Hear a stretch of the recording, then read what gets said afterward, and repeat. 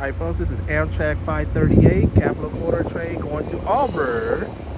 6965, Port St. George leads off. Port St. George. Port St. George leads off of this set. Alongside with SC44, 2106, or 2108. 2108 tailing in the back. That train will be on track number 1. Arriving on San Jose Diridon, the Auburn train.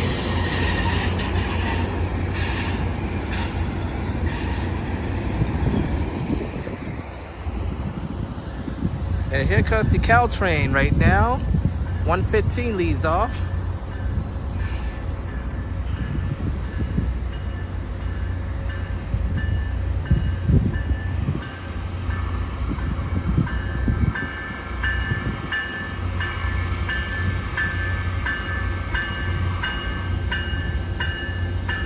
All right, Caltrain coming in. 115 leads off.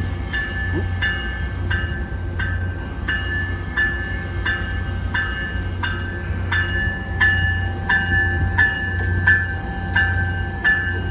This train is also a 5-car set.